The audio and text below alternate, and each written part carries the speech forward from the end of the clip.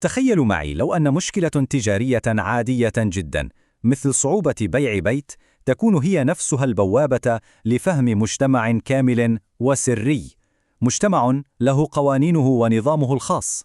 في هذه الحلقة رح نتعمق في قصة حقيقية تكشف لنا عن النظام الاجتماعي الخفي لعالم الجن. كل القصة دي تبدأ من هذه الجملة: أنا أسمع وأرى الأشياء بشكل مختلف عنكم. جملة صادمة ومقلقة، وهي في الحقيقة مفتاح الدخول لعالم ثان تماما، عالم رح ياخذنا فيه راوي قصتنا. طيب، خلونا نبدأ رحلتنا مع مشكلة تبدو جدا عادية ومألوفة لأي شخص يشتغل في التجارة. عقار معروض للبيع، لكن ما أحد راضي يشتريه. لكن اللي ما كان معروف هو أن خلف هذه المشكلة العصرية في جذور قديمة جدا لمشكلة من عالم آخر. بطل القصة هو رجل أعمال عايش في عالم الأرقام والصفقات، مطور عقاري ناجح، كل شيء في حياته له سعر وممكن قياسه بالمادة، لكنه على وشك أنه يواجه تحدي ما تحله الفلوس ولا الحسابات البنكية. إيش كانت المعضلة؟ هذا البيت المفروض أنه يكون استثمار مربح، لكنه تحول لخسارة فادحة. لا أحد يبغى يشتري ولا حتى يستأجره، فشل كامل ومحير. طيب، وين المشكلة؟ هل هي في أساسات المبنى؟ هل هي في السوق العقاري؟ لا، الحقيقة أغرب بكثير. المشكلة إن البيت مسكون، وهنا تتحول القصة من صفقة تجارية إلى مواجهة مع عالم آخر.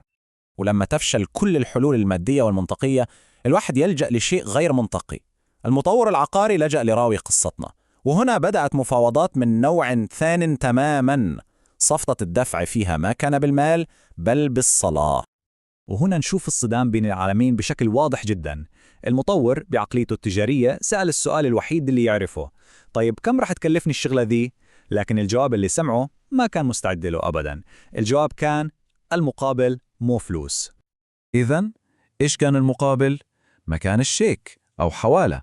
الطلب كان محدد جدا: صلاة خفيفة فيها آيات معينة من سورة البقرة.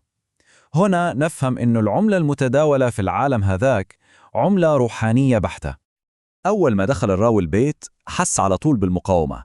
همسات عدائية في كل مكان، خيالات تتحرك أسرع من لمح البصر، ووجوه ملامحها مو واضحة كأنها ضباب. الرسالة كانت صريحة: وجودك هنا غير مرغوب فيه. لكن بعد ما انتهت الصلاة كل شيء تغير. فجأة صوت واضح ما تدري من فين جاي أعلن الاستسلام وقال: سنهاجر هذه البقعة. وخلص الموضوع، الصفقة نجحت والمشكلة انحلت. لكن الشيء الأكثر غرابة صار بعد كذا. يعني بينما الباقين غادروا، فيه كائن واحد منهم بقي. ما هجم، ما هدد، بالعكس بقي عشان يتكلم. وهنا يجي السؤال الأهم: ليش ممكن كائن من عالم ثاني يكشف أسرار مجتمعه؟ هذا هو اللي رح يحول قصتنا من مجرد مواجهة إلى شرح عميق ومفصل. والآن خلونا نترك قصة البيت وندخل في صلب الموضوع. راح نستكشف سوا الهيكل الاجتماعي لعالم الجن، مجتمع موازي يعيش جنبنا، له قواعده الخاصة وتسلسل هرمي يمكن ما كنا نعرف عنه أي شيء. طيب، من هم الجن حسب الكلام اللي وصل لراوينا؟ هم مجرد أشباح؟ لا، هم جنس كامل، مخلوقين كمؤمنين في الأصل. عندهم مجتمع منظم له قوانينه وتقاليده الخاصة، عالم كامل يعيش بالتوازي مع عالمنا. خلونا نفصل شوي في بنية مجتمع الجن المؤمن. النظام حقهم نظام قبلي، السلطة والهيبة تيجي مع العمر والخبرة. القائد هو شيخ القبيلة، والمنصب هذا غالبا ما يكون بالوراثة. تخيلوا مجتمع أفراد يعيشون مئات السنين، الولاء فيه لكبار السن هو الأساس، والخيانة شيء نادر جدا. لكن القصة ما تكتمل هون، لكل نور ظل، ومقابل الجن المؤمن في الجن الكافر أو الشياطين، وهدول مثل ما رح نشوف عندهم نظام الهرم الخاص فيهم، نظام أكثر تعقيدا وظلاما. إذن عندنا ثلاثة أنواع رئيسية في هذا العالم الخفي. أولا، الجن المؤمن بنظامهم القبلي المبني على الاحترام. ثانيا، الجن الكافر أو الشياطين اللي نسلهم يوصف بأنه ملطخ للأبد. وأخيراً، في قمة الهرم المظلم هذا فيه طبقة نخبوية منفصلة تماماً، نسل الشيطان الأكبر نفسه. طيب، كيف صعدت هذه النخبة الشيطانية للسلطة؟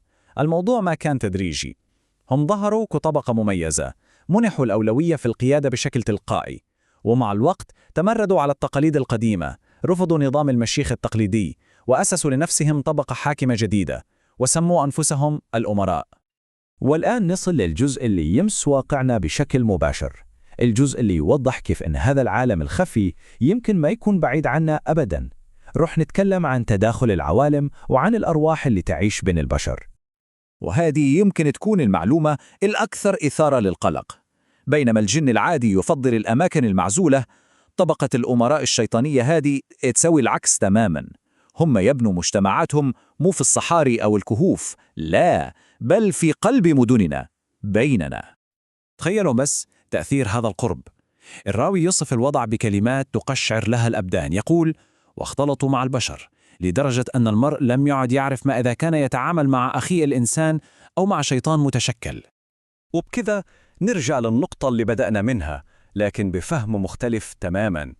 إذا كان الحاجز بين عالمنا وعالمهم رقيق لهذه الدرجة، إذا كانت في مجتمعات خفية تعيش بيننا، فالسؤال اللي يطرح نفسه هو: كيف ممكن نثق باللي نشوفه؟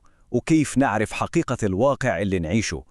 سؤال أتركه لكم للتفكير.